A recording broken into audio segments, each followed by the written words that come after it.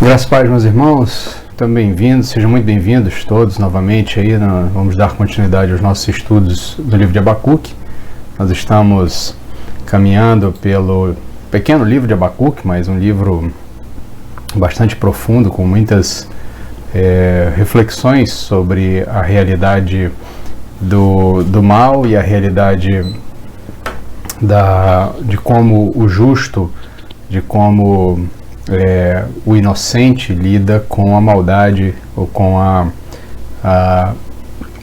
perspectiva de que nem sempre as coisas acontecem da forma como nós gostaríamos que acontecesse, mas que ainda assim há um Deus no controle de tudo isso e há um Deus que nunca se engana, né?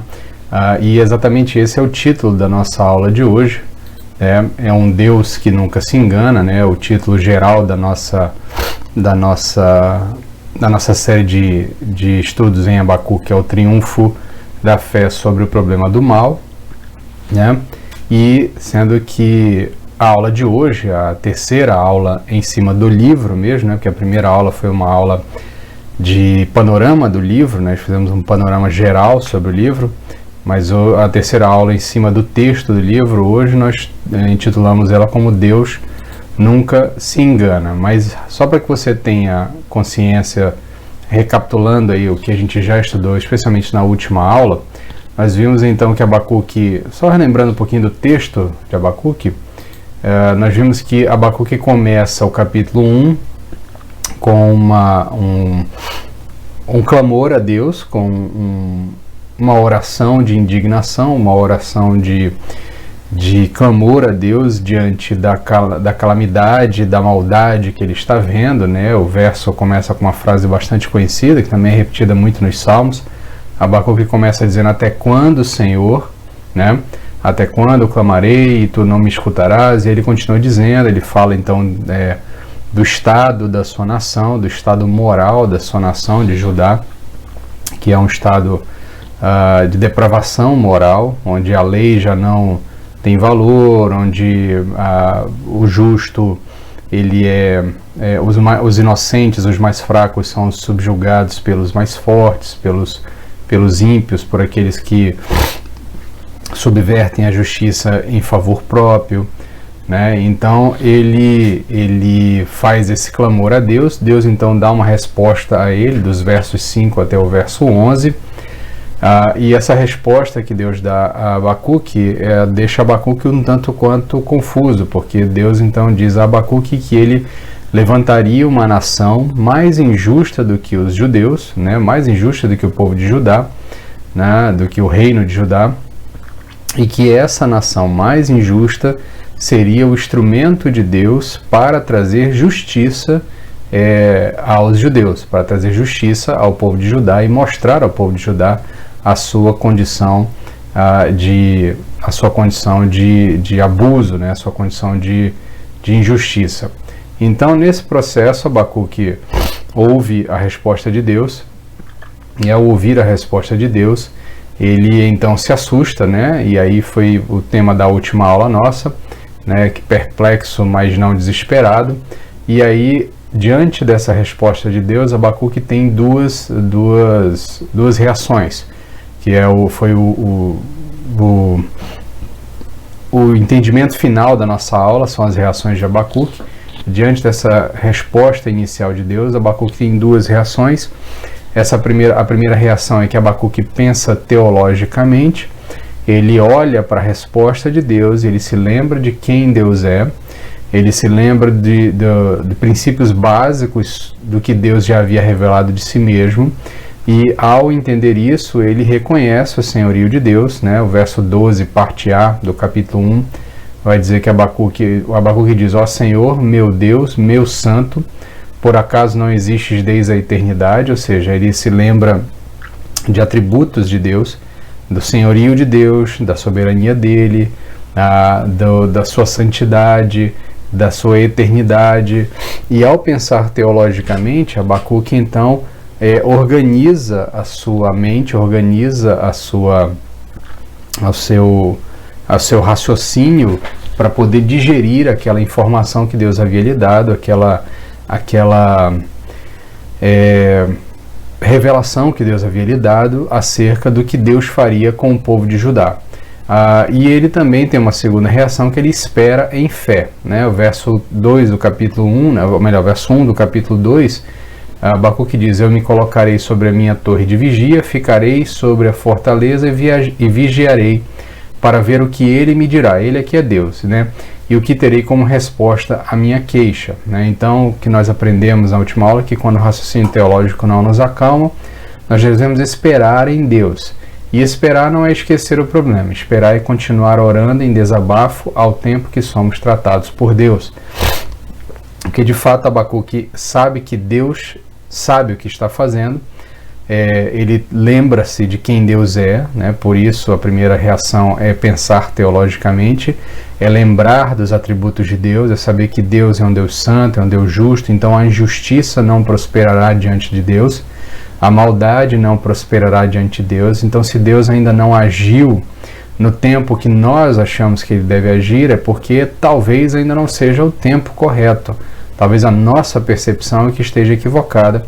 Afinal de contas, Deus é eterno, ele está fora do tempo, ele está fora da nossa percepção linear de tempo, e exatamente por isso a sua compreensão do quadro geral é muito maior e muito mais profunda do que a nossa. Por isso nós pensamos, lembramos de Deus, lembramos dos seus atributos, e ao lembrar de seus atributos nós esperamos em fé, esperamos pacientemente a sua manifestação, a sua resposta. Então, feita essa recapitulação, a gente parte então para o segundo capítulo de Abacuque, já dos versos 2 em diante, e nós vamos ver que a partir desse momento Deus volta a falar com Abacuque, né? O texto começa dizendo que o Senhor me respondeu e disse. Então Deus dá uma nova resposta a Abacuque, e nessa nova resposta Deus deixa bem claro que ele tem as suas classificações bem definidas, tá? Deus sabe quem é justo, Deus sabe quem é injusto, Deus sabe quem é merecedor de juízo e quem não é merecedor de juízo. Então, nesse sentido, Deus não deixará a justiça impune. Vamos ler o verso 2 ao 5, porque nós vamos concentrar essa primeira parte da aula em cima desses versos. Depois, então, a gente passa para os versos 6 até o 13, tá? Que é uma segunda etapa, e por fim a última etapa, que é do 14 até o 20. Então vamos ler aqui o verso 2 ao verso 5 do capítulo 2 de Abacuque. Eu peço que você abra sua Bíblia aí nesse texto para acompanhar a leitura.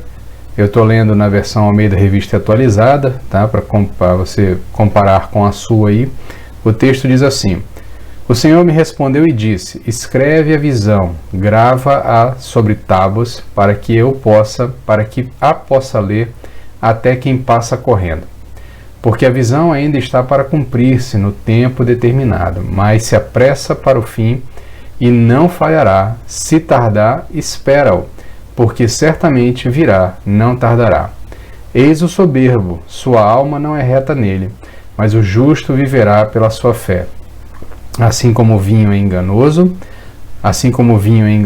tampouco permanece o arrogante, cuja gananciosa boca se escancara como o sepulcro, e é como a morte que não se farta. Ele ajunta para si todas as nações e congrega todos os povos. Então nós vemos aqui essa primeira resposta de Deus, e Deus deixa claro que ele sabe bem quem é quem. Ele faz uma distinção aqui entre justos e injustos. Ele demonstra que ele sabe muito bem o que ele está fazendo, tanto é que ele diz para Abacuque: olha, escreve a visão, anota ela e escreve ela em tábuas, tá? A ideia de tábuas aqui não está ligada não só ao fato de que era um dos meios de registro da época, mas a ideia aqui de tábua é de que é algo permanente, fixo, e inclusive Deus faz uma menção aqui, ele chama a atenção lá no segunda parte do verso 2, que ele diz assim: grava sobre tábuas para que a possa ler até quem passar correndo. Então a ideia é de que Abacuque escrevesse aquela visão de maneira que ficasse muito nítido o conteúdo daquela visão, o seu juízo, o juízo que Deus traria sobre toda a maldade, toda a injustiça.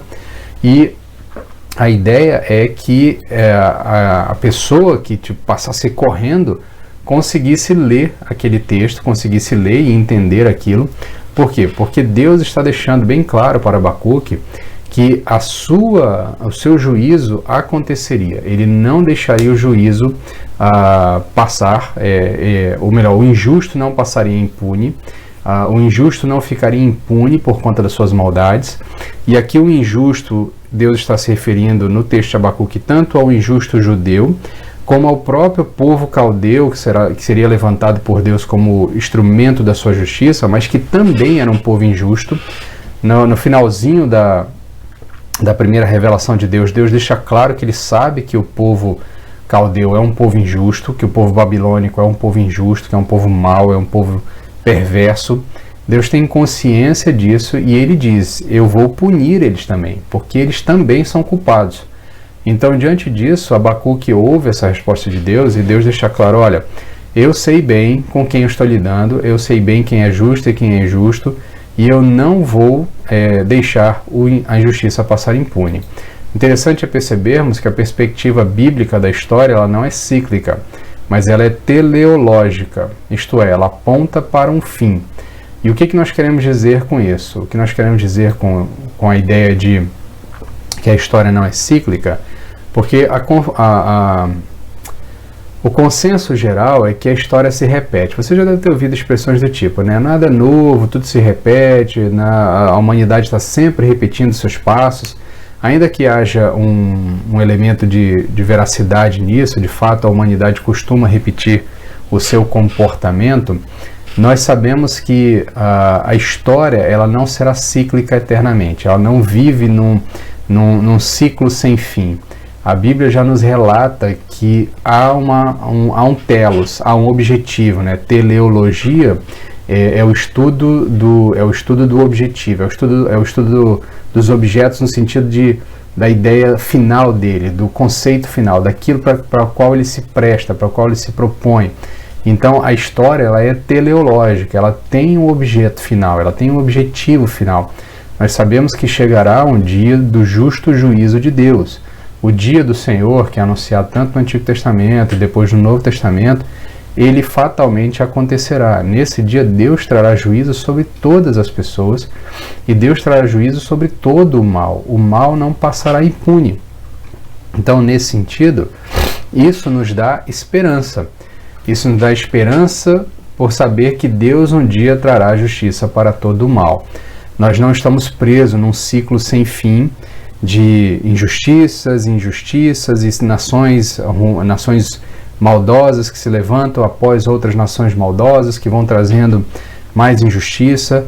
Ainda quando nós olhamos para a história, nós vamos vendo que as coisas se repetem, sempre há maldade prosperando de alguma forma. Nós sabemos pela revelação do texto bíblico que um dia Deus trará juízo sobre toda a maldade, Deus trará julgamento sobre toda a criatura. Eu costumo sempre dizer que em Cristo Jesus, nós encontraremos satisfação completa para todo o problema do mal. Porque em Cristo Jesus, ou melhor, o mal será punido sempre de alguma forma, ou na pessoa de Cristo Jesus, no pecado de todo aquele que se arrepende, e o mal que ele cometeu é punido em Cristo Jesus na cruz do Calvário, ou então será punido na própria pessoa do criminoso, na própria pessoa do pecador, na própria pessoa daquele que é injusto aos olhos do Senhor. Então, nesse sentido, todo o mal será punido, haverá um dia de juízo, haverá um dia de acerto de contas, e isso nos traz esperança. Aí, diante disso, Deus, então, por meio da revelação ali a Abacuque, ele começa a fazer uma série de comparativos entre o justo e o soberbo. Ainda dentro dos versos 2 a 5, nós vamos ver ali que Deus faz um comparativo entre o justo e o soberbo. E ele diz o seguinte, a partir do verso 4, eis o soberbo, sua alma não é reta nele, mas o justo viverá pela sua fé. Assim como o vinho enganoso, tampouco permanece o arrogante, cuja gananciosa boca se escancara, como o sepulcro, e é como a morte, que não se farta, ele ajunta para si todas as nações e congrega todos os povos. Então, nessa revelação, Deus demonstra que sabe diferenciar bem o soberbo do justo. O soberbo é insaciável como o bêbado, tá? E ele é insaciável como a morte, que tem esses dois comparativos negativos aqui. Ele vai dizer, assim como o bêbado sempre deseja continuar bebendo, deseja continuar consumindo cada vez mais o álcool para manter o seu estado de embriaguez, da mesma forma como a morte está sempre caçando também a vida, sempre tentando tragar a vida, da mesma forma é o soberbo. O soberbo, ele é insaciável, e por ser insaciável, ele sempre buscará extrapolar os limites que lhe são impostos, e ao buscar extrapolar os limites que são impostos, ele então começa a romper a lei do Senhor, ele começa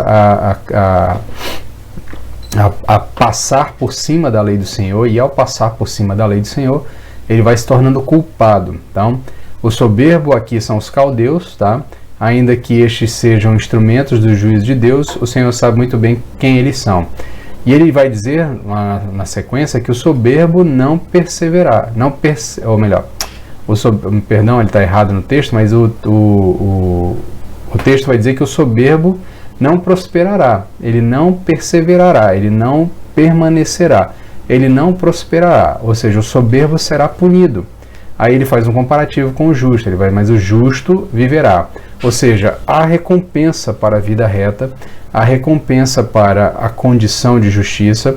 E aí no contexto de Abacuque, a visão traz esperança, pois os judeus não seriam destruídos. Tanto é que lá no capítulo 1, verso 12, Abacuque vai dizer, não morreremos. Ou seja, por que ele diz isso? Porque ele tem consciência de que o povo de Deus, tá? E nós vamos explicar um pouquinho melhor logo à frente esse conceito de povo de Deus. O povo de Deus é o povo justo ou povo justificado. E nesta condição de justo ou de justificado, o povo de Deus não perecerá. O povo de Deus não será destruído por completo. No contexto de Abacuque, ele está falando da nação étnica Judá, tá? Da nação étnica. Mas nós vamos ver que o Novo Testamento faz um link com esse verso, esse texto de o justo viverá pela fé. Ele é citado tanto em Paulo, lá em Romanos, como pelo autor de Hebreus, no livro de Hebreus, na carta aos Hebreus. Em todos os dois, esse mesmo verso é citado, dando uma conotação neotestamentária a essa condição do justo viver pela fé.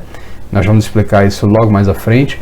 Mas o ponto aqui é que, para Abacuque, ele tem a consciência de que o povo de Deus, que é o povo justo, é o povo justificado, é o povo que é tido por Deus como povo reto, esse povo não pereceria. Não pereceria por quê? Porque o perecer está guardado para o injusto. A destruição, o julgamento final está guardado para o injusto, porque Deus deixa claro que ele sabe com quem ele está lidando e ele sabe quem é justo e quem não é justo. Então, diante disso, né, a promessa do verso 4, né, do justo viverá pela fé, ela traz tanto o meio como o modo de se viver diante da promessa. Então nós vamos ver que essa palavra ali, o texto na sua escrita original, ela vai trazer o contexto em si, tanto de fé como fidelidade. Tá? Embora a gente saiba que nós não somos salvos pela nossa fidelidade a Deus, mas pela nossa fé no justo juiz, no justo em Jesus Cristo, né? Nossa fé em Jesus Cristo, nós vamos perceber que há um contexto ainda de que, embora não seja a fidelidade que nos concede salvação, mas a fé salvífica nos levará à fidelidade em Deus. Então, na vida do cristão, na vida do fiel, essas duas palavras elas se complementam, a ideia de fé e fidelidade. Tá? No contexto de Abacuque, a palavra tem um tom de fidelidade, a palavra original ali é de fidelidade, é do povo que é fiel a Deus, esse não morrerá. Tá? O justo, né, aqui quem é justo viverá pela sua fé, viverá pela sua fidelidade a Deus. Tá?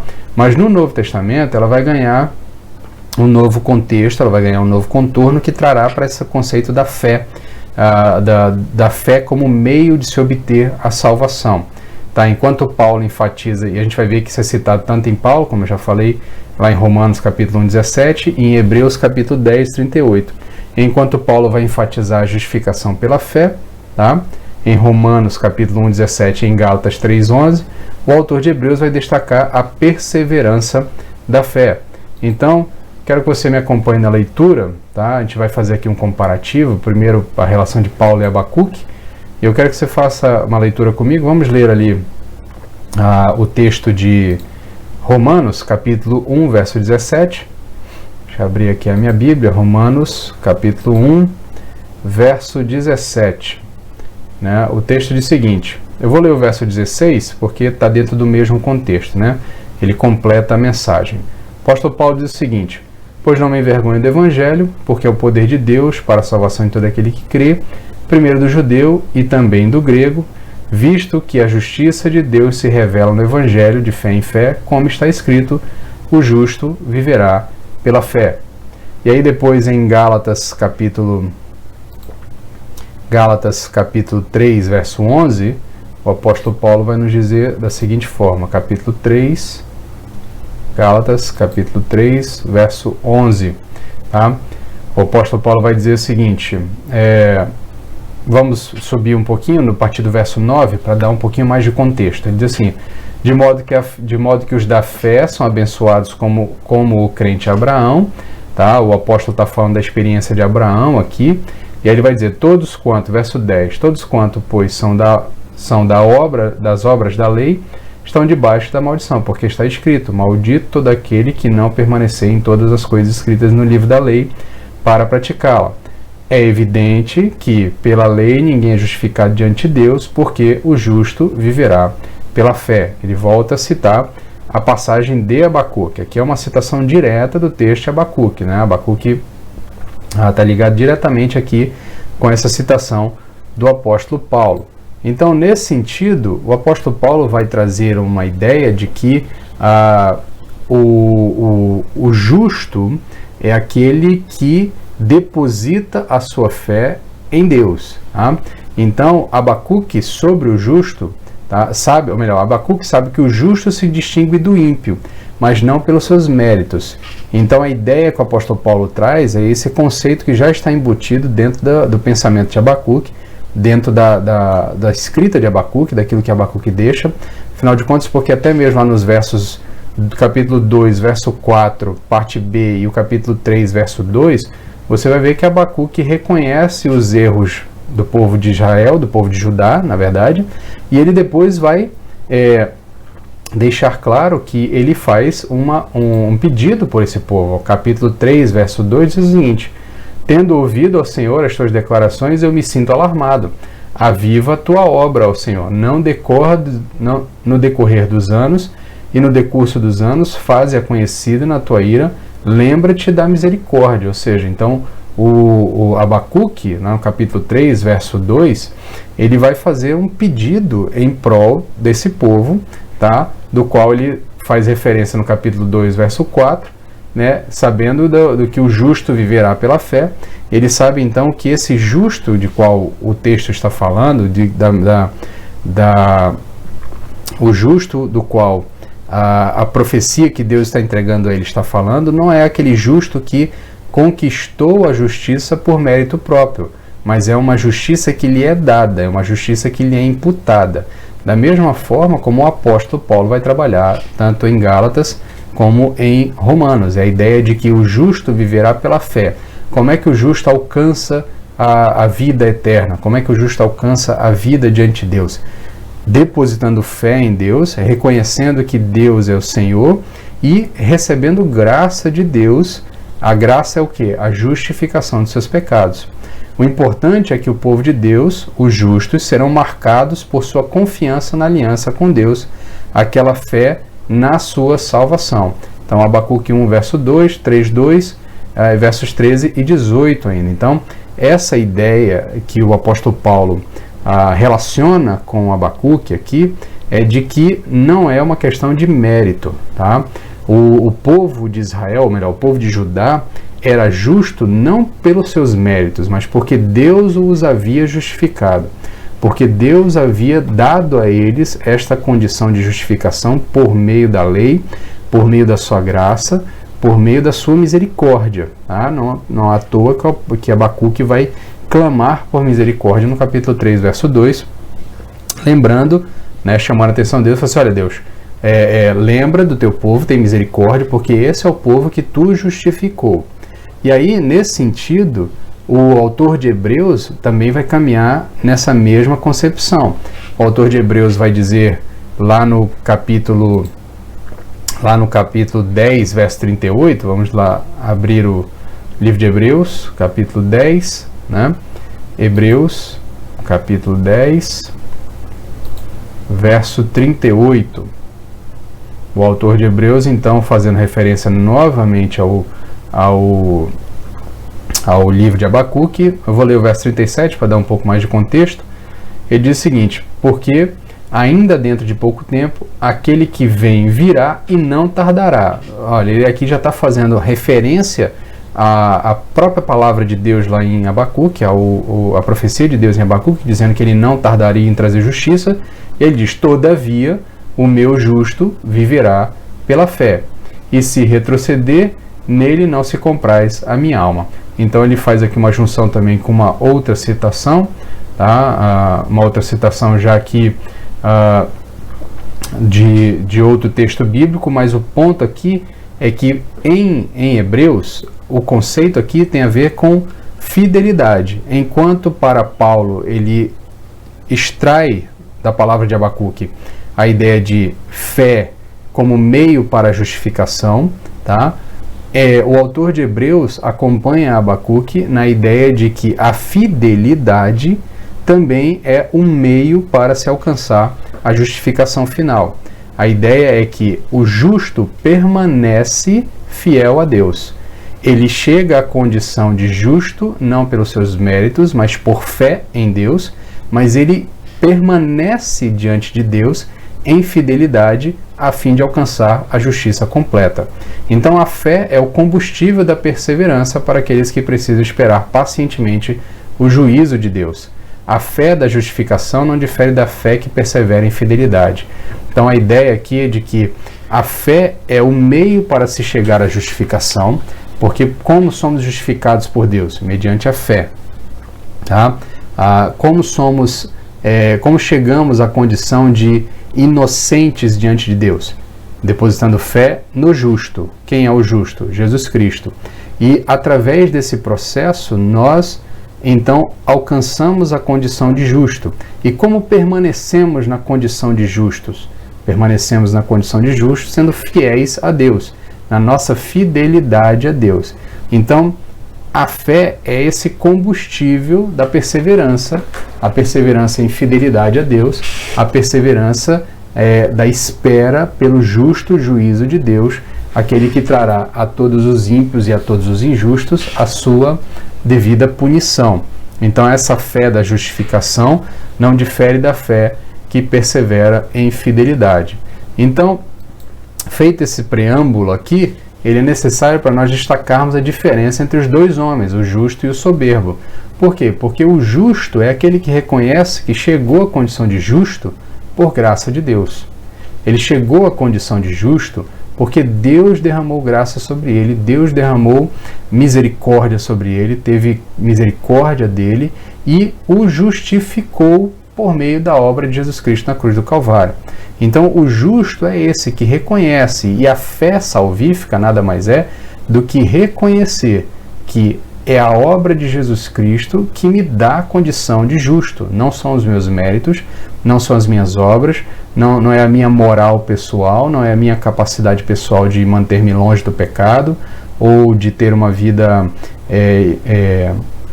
irretratável diante das pessoas, mas quem me tornou justo é a graça de Deus derramada por meio do sacrifício de Cristo Jesus, no qual eu depositei a minha confiança, a minha fé, a minha confiança para alcançar salvação, para alcançar justificação.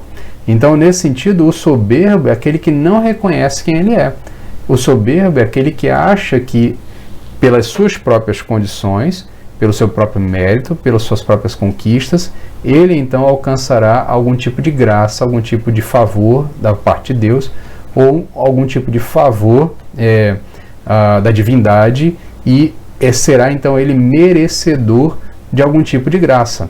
E aqui um exemplo neotestamentário é o do jovem rico. O jovem rico chega a Jesus e diz: olha, mestre, o que eu preciso fazer para herdar a salvação, né, para merecer a salvação? Jesus Cristo então interpela ele dizendo: olha, guarda os mandamentos, cumpre todas as leis.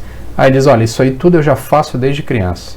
Eu sei tudo de cor, eu faço tudo, eu nunca deixei de faltar nada em relação a Deus. Então Jesus Cristo diz: olha, só te falta uma coisa, vai, vende tudo que tem e me segue, né? Ou seja, confia em mim, vem comigo, confia em mim, confia no meu guiar, confia no pastor, né? E aí o jovem, como ele era rico, tinha muitas posses, ele confiava mais nas posses, mais nos seus méritos, mais na sua capacidade de escolha sobre o seu futuro do que no bom pastor, né? Ali no caso Jesus Cristo é o bom pastor. E então ele vai embora triste, porque ele tinha muitas posses e as suas posses eram mais importantes para ele do que confiar em Jesus Cristo, ou seja, depositar fé em Jesus Cristo. Então o exemplo do jovem rico é interessante para nós percebermos essa distinção entre o justo e o soberbo, tá?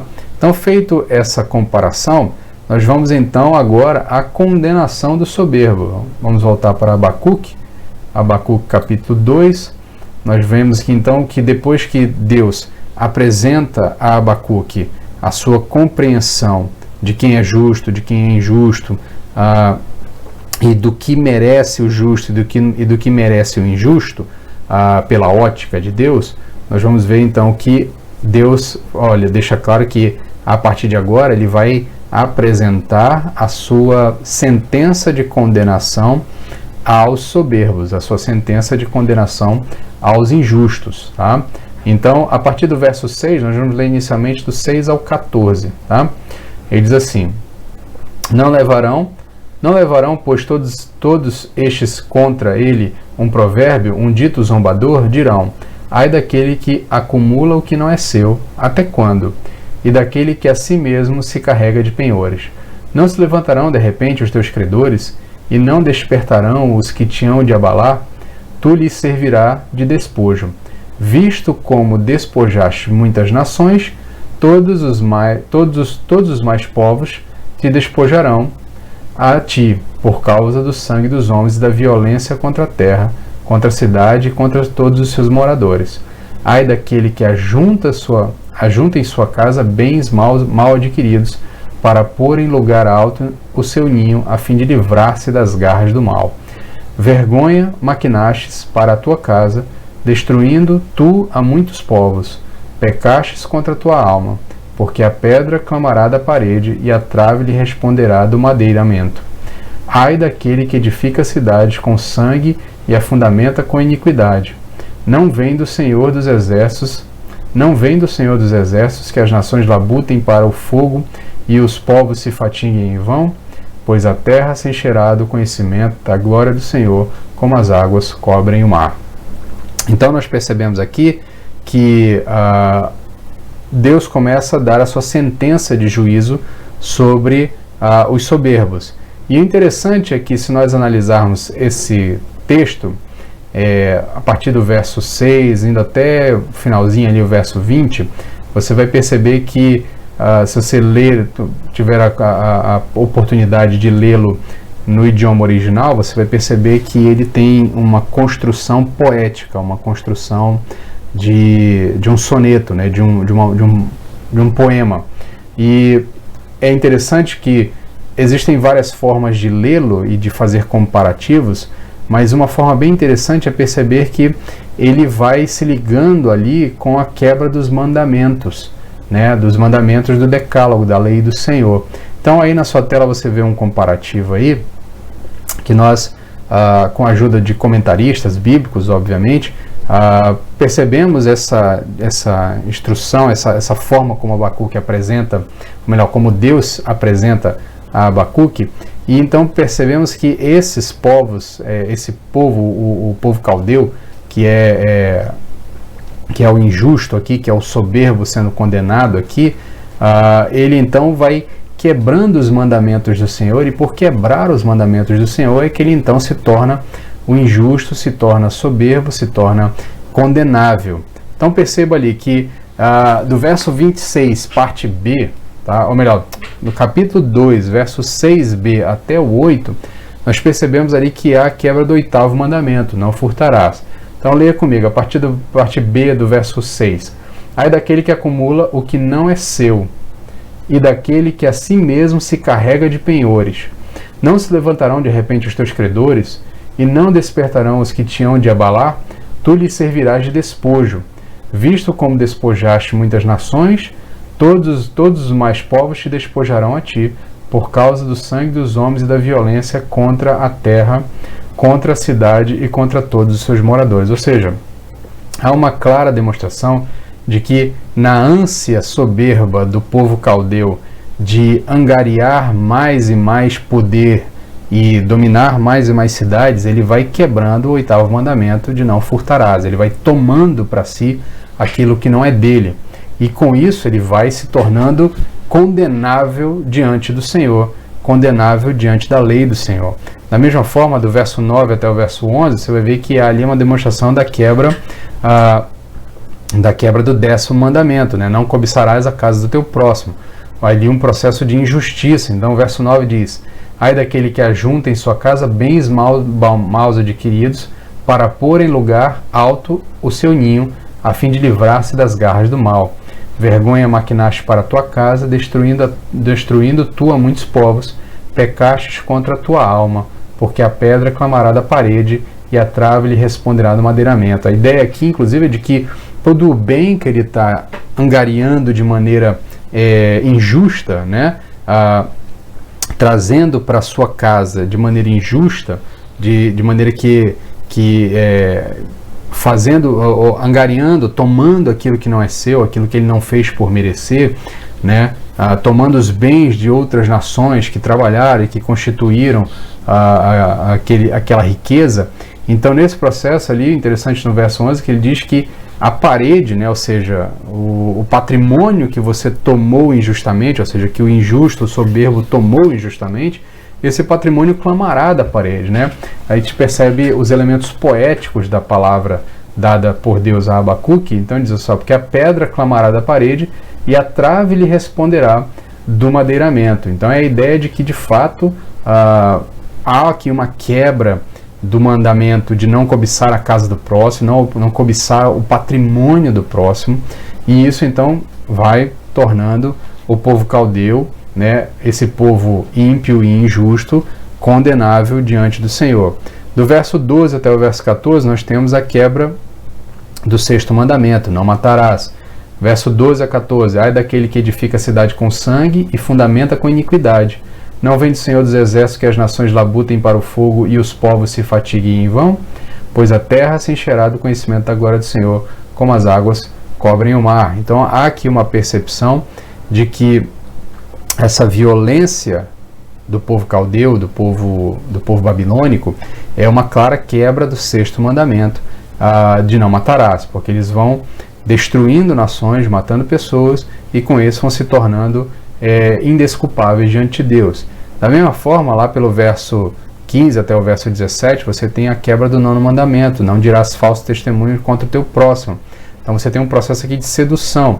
Sedução, a palavra no seu conceito original, é a ideia de enganar, né? A sua raiz tem a ideia, sedução, tem a ideia de enganação. Então, do verso 15 ao verso 17 diz: ai daquele que há de beber, melhor, ai daquele que dá de beber ao seu companheiro, mistura a bebida o seu furor, e o que o embebeda para lhe contemplar as vergonhas. Serás farto do opróbrio, em vez de honra. Bebe tu também e exibe a tua incircuncisão. Chegará a tua vez de tomares o cálice da mão direita do Senhor, e ignomínia cairá sobre a tua glória, porque a violência contra o Líbano te cobrirá, e a destruição que fizeste dos animais ferozes te assombrará, por causa do sangue dos homens e da violência contra a terra, contra a cidade e contra todos os seus moradores. Então o texto vai dizendo daqueles que enganam o próximo, tá? Do comportamento de falsidade, né? Do comportamento de mentira que o povo caldeu tinha em relação aos seus inimigos, né? Os esquemas para a destruição dos seus inimigos. Isso certamente se levantaria contra eles. E aí o texto ali no verso 16, parte B, vai dizer, chegará a tua vez de tomares o cálice da mão direita do Senhor. A ideia do cálice da mão direita do Senhor é o cálice da fúria, tá? É o cálice da destruição. Vai ter referências a esse cálice lá no livro de Apocalipse, né? Nós vamos ver nos textos apocalípticos, vai ter referência a essa ideia de beber do cálice da ira do Senhor. Inclusive, quando Jesus Cristo fala aos seus discípulos, vocês têm condições de beber do mesmo cálice que eu vou beber, né? Os discípulos estão pensando em outro tipo de cálice, mas o que Jesus Cristo está dizendo, olha, vocês se acham em condições de beber do cálice que eu vou beber, e qual é o cálice que Cristo beberia? O cálice da fúria do Senhor, derramando sobre ele toda a punição pelo pecado, né? Não é à toa que o profeta Isaías vai dizer que aprove ao Senhor, né, esmagar o seu servo, né? Na cruz, então, Jesus Cristo recebe sobre si toda a fúria de Deus, toda a ira de Deus contra o pecado, todos os pecados que Cristo estava carregando ali na cruz. Então, a ideia aqui é que aqueles que seduziram, que quebraram o 9º mandamento em prol da sua soberba, tá? Receberão a justa punição de Deus, beberão do cálice da ira de Deus. E aqui é uma coisa, está dentro de um contexto poético, mas há aqui um jogo de palavras, né? A ideia de enganar os seus inimigos com um cálice adulterado, né? Com vinho adulterado, e depois ele mesmo ser objeto de um cálice da ira do Senhor, de beber de um outro cálice. E por fim, no verso 18 ao verso 20, nós temos ali a idolatria, quebra do primeiro mandamento, não terás outros deuses diante de mim, que aproveita o ídolo, visto que o seu artífice o esculpiu, e a imagem de fundição, mestra de mentiras, para que o artífice confie na obra, fazendo ídolos mudos. Ai daquele que diz à madeira, acorda, e a pedra muda, desperta. Pode o ídolo ensinar? Eis que está coberto de ouro e de prata, mas no seu interior não há fôlego nenhum. O Senhor, porém, está no seu santo templo, cale-se diante dele toda a terra. Então aqui perceba que Deus está condenando o comportamento caldeu, um comportamento idólatra, tá? E aí um pouquinho de informação sobre o comportamento. As nações circunvizinhas a Israel eram todas nações idólatras, tinham diversos deuses, diversas divindades, e mais uma vez aqui, antes mesmo do apóstolo Paulo nos chamar a atenção sobre a questão dos ídolos que nada são, né? O Abacuque faz coro com outros profetas também ao falar da mesma coisa. Ele vai dizer, olha, o ídolo, ele não tem nada. Ele vai dizer, a imagem de fundição mestre de mentiras, para que o artífice confie na obra fazendo ídolos mudos. Ou seja, olha, o que aproveita o ídolo, visto que é o seu artífice que o esculpiu? Ele diz, que proveito nós temos um ídolo, se o ídolo é algo que um ser humano fez, que alguém construiu, tá? E aí depois ele vai dizer assim, ai daquele que diz a madeira, acorda, né? A ideia de que alguém se dirigir a uma estátua de madeira, e aí ele vai dizer, ou a pedra muda, desperta, né? Então, ou então o ídolo que é feito de pedra, ele vai dizer, olha, pode o ídolo ensinar, né? O ídolo pode fazer alguma coisa? Eis que está coberto de ouro e de prata, mas no seu interior não há fôlego nenhum. Ou seja, não adianta ele estar todo adornado por fora, mas dentro não há fôlego, não há vida, não há alma, não há consciência. E aí aqui Deus fazendo um contraponto em relação a ele mesmo, porque perceba que as palavras que nós estamos lendo nesse momento nos foram deixadas por Abacuque, mas ela veio a Abacuque da própria boca do Senhor. E ele faz então esse comparativo. Por isso nós podemos entender que aqui Deus está deixando bem claro que esse ai que ele está dando ao povo caldeu, né, essa sentença de condenação, esse contexto dos ais aqui, são repetidos em outros momentos do texto bíblico, eles sempre estão dentro de um contexto de condenação, né? Ai daqueles, é a ideia de uma sentença de condenação. Então, nós percebemos aqui que há uma quebra do primeiro mandamento, não terás outros deuses diante de mim, ou seja, idolatria, o que torna aquele povo indesculpável diante de Deus, passível da punição de Deus, ainda que Deus tenha levantado aquela nação para, por meio dela, trazer disciplina e juízo ao seu povo. Então essas palavras de maldição contra a Babilônia confirmam o entendimento de que Abacuque tinha acerca da santidade de Deus. Ou seja, Abacuque percebe então que Deus está dizendo: olha, Abacuque, de fato eu sou santo, como você bem lembrou, eu não permitirei que aqueles que quebram os meus mandamentos permaneçam, que aqueles que desobedecem às minhas leis permaneçam impunes. Tá? Então, de fato, Deus odeia o pecado e castiga-o severamente. Seja o pecado do crente ou do ímpio, o pecado é sempre castigado de forma severa.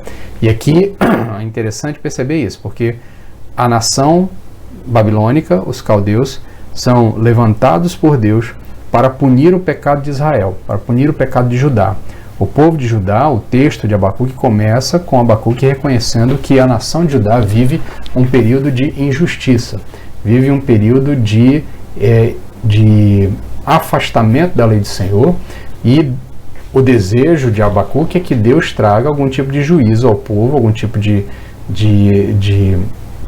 disciplina ao povo, né, aos injustos do povo. E Deus então traz uma nação mais injusta para servir de instrumento dele para trazer justiça, né, para fazer justiça e para punir o pecado de Judá. Tá? Então perceba que seja o pecado do crente ou o pecado do ímpio, o pecado é sempre castigado de forma severa. Tá? Deus não se confunde quanto a quem é ímpio ou quem é justo, ele os distingue para fins bem distintos. Ou seja, Deus sabe muito bem com quem ele está lidando e ele distingue de forma bem clara. Ele sabe que o justo receberá a sua misericórdia e o ímpio receberá o cálice da sua ira. Por isso, nós percebemos então que há um juízo de Deus sendo executado, e ao executar esse juízo, Deus permanece supremo. Aqui em especial ali dos versos 14 a 20, nós vamos perceber que esse cumprimento da promessa de Abacuque, essa promessa que é feita por Deus a Abacuque, ela pode ser percebida em 3 estágios. Tá? O primeiro é a destruição da Babilônia e, consequentemente, o retorno dos judeus à sua terra. Isso aconteceu ali por volta do século 9 a.C. Tá? Você vai ter um pouquinho de contexto histórico aqui. Os babilônicos se levantam, eles tomam o reino do norte, ou melhor, o reino da Síria toma o reino do norte. Logo na sequência, então, os babilônicos se levantam, tomam o reino do sul, depois tomam destroem o império sírio. Aí na sequência surge então o império assírio, tá? E destrói os babilônicos. Depois os assírios caem diante dos macedônicos, que vão surgindo, Alexandre o Grande. Depois Alexandre o Grande morre, seu império é dividido em quatro outros impérios, né? Desses 4 outros impérios, na região ali de Israel vai permanecer 2 impérios disputando ali a área que é conhecida, a área que nós conhecemos como a Palestina, né? Ali a região de Israel. Por fim, um deles, os Ptolomeus, vão permanecer mais para o lado do Egito, e depois eles vão uma disputa ali, aí tem um pequeno momento ali de independência ali de Israel, com a dinastia ali dos Asmoneus ali, com os Macabeus assumindo o comando ali por um breve período, mas logo então chegam os romanos. Então há uma sucessão de impérios se autodestruindo, né? Se autodestruindo não, uma sucessão de impérios tomando o lugar uns dos outros, e nesse processo então os babilônicos são destruídos. Então a profecia de Deus em relação aos babilônicos se cumpre. De fato, os babilônicos foram destruídos, foram punidos também pela sua injustiça. E aí, o segundo estágio dessa profecia de Deus a Abacuque, ele vai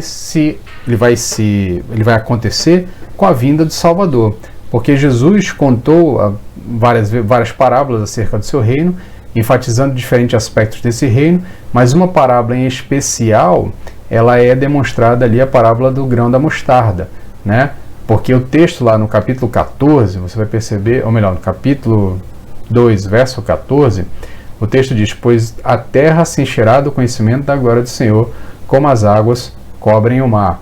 Então percebe ali que o texto fala de que a glória do Senhor encherá a terra, né? E quando então essa promessa começa a se cumprir em uma segunda etapa, com a chegada de Jesus, com o nascimento de Jesus Cristo, o advento da sua chegada, da sua encarnação, então nós percebemos que Jesus Cristo faz uma referência à parábola da mostarda, que é um pequeno grão, mas que quando cresce ocupa um espaço enorme, e cada vez ele vai ocupando mais espaço. Então ele faz esse comparativo, dizendo que o reino dos céus, o reino de Deus, é como esse grão de mostarda, começa pequenininho, ele vai se espalhando. E de fato isso aconteceu. Tá? Um pequeno grupo de 12 homens, capitaneados por um outro homem ali do interior da Judéia, tá? De uma região sem expressão nenhuma, eles desenvolvem ali uma estrutura religiosa, uma estrutura de credo. Isso vai crescendo, e hoje nós estamos aqui, eu estou falando de Porto Velho, Rondônia, a milhares de quilômetros da Palestina, a 2000 e tantos anos depois daqueles momentos, e a mensagem daquele homem e dos seus 12 discípulos, seus 12 primeiros apóstolos, transformou a minha vida 2000 anos depois, e transformou a vida de todos vocês que estão assistindo, de boa parte de vocês que estão assistindo essa aula. Então percebo que de fato, assim como o grão de mostarda, o reino de Deus vai crescendo. Então o verso 14 ali do capítulo 2, ele vai se cumprindo: a terra se encherá do conhecimento da glória do Senhor, como as águas cobrem o mar.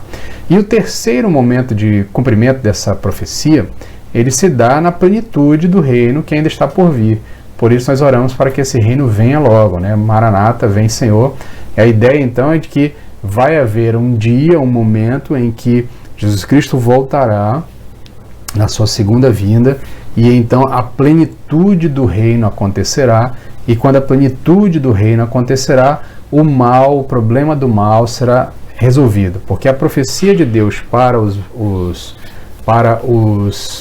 babilônicos, ali por meio de Abacuque, ela também faz referência a todo o mal, tá? As profecias, elas têm essa ideia de duplo cumprimento, a ideia de que ela se cumpre no momento histórico, mas ela também reverbera ao longo da história, se cumprindo em outros momentos e ganhando novas conotações ao longo do tempo, novas compreensões ao longo do tempo. Então, no momento em que Deus fala aos babilônicos por meio de Abacuque, trazendo essa sentença de condenação a eles, que está aqui do verso 6 até o verso 20, Deus também está falando de todos os soberbos, de todos os injustos, de todos aqueles que contrariam a lei do Senhor e, ignorando a lei do Senhor, se tornam indesculpáveis diante do Senhor. Ignorando o Salvador Jesus Cristo, ignorando o seu Filho, se tornam indesculpáveis diante do Senhor. Então, nesse sentido, essa profecia se cumpriu para os babilônicos, mas ainda há um sem número de injustos pelo mundo. Já se passou outros sem números de injustos ao longo da história que aparentemente não foram punidos, escaparam impunes aparentemente, mas ao olharmos para essa profecia, o que Deus está tentando nos ensinar, o que Abacuque está nos deixando como legado até os dias atuais, é de que haverá um momento em que o reino de Deus ele acontecerá de maneira plena, e quando ele se estabelecer de maneira plena, todo o mal será punido. porque só quando o problema do mal for resolvido plenamente é que a glória do Senhor será conhecida em toda a terra. Quando então nós percebermos o justo juiz em seu julgamento final, dando o justo juízo a todo o mal que foi realizado ao longo da história, punindo o mal, então a glória do Senhor encherá toda a terra. E a nossa expectativa da vinda do Senhor é esse combustível para nós, é um combustível para as nossas várias atitudes santas que o Senhor espera da sua igreja, como bem sabia o apóstolo aos gentios. Então, na ideia aqui, a ideia é de que essa expectativa da vinda do Senhor, ela é um combustível para nós e ela é que nos dá o desejo de nos mantermos fiéis. Aí voltando àquele conceito lá atrás que nós trabalhamos de fé e fidelidade, é essa expectativa do justo juízo de Deus que nos traz esse desejo de permanecer santos na expectativa da volta de Jesus e diante dele vermos todo o mal ser punido, todo aquele que se comportou de forma injusta recebendo a devida punição. Isso nos dá esperança, sabermos que o mal um dia será plenamente punido. Então, meus queridos, a gente encerra por aqui. Semana que vem a gente adentra no 3º capítulo de Abacuque. Tá? Nós vamos ver a oração final de Abacuque, ali os momentos em que Abacuque traz uma oração de louvor a Deus diante da glória, ou melhor, diante da palavra que ele recebe de Deus, né, da palavra de conforto e de esperança. Ele vai então responder a Deus com uma oração, com um hino de louvor, e aí nós vamos estudar ele na semana que vem. E na última aula nós faremos um fechamento sobre a questão do problema do mal e da providência de Deus. Nós vamos falar um pouquinho sobre soberania e responsabilidade do homem na nossa última aula. Nós ainda temos mais 2 aulas ainda, nós temos a aula do capítulo 3 e em seguida nós falaremos de providência, soberania e responsabilidade do homem em uma última aula, uma aula um pouquinho mais sistemática, né, falando um pouquinho mais de teologia sistemática, mas que será importante para fecharmos o entendimento sobre o livro de Abacuque e sobre a questão do mal, o problema do mal em si. Vamos fazer uma oração para encerrar, e o desejo do meu coração é que esta lição lhe auxilie na compreensão não só da teologia bíblica de Abacuque, dentro do seu contexto, do seu livro, do seu momento, mas também que você consiga fazer as aplicações necessárias para a sua vida a partir das lições que nós tiramos do texto e das interpretações que nós fizemos do texto, e possa aplicar a sua vida e você possa de fato ter esperança de viver uma vida justa, de viver uma vida fiel ao Senhor, de permanecer fiel ao Senhor, sabendo que há recompensa para a fidelidade, tá?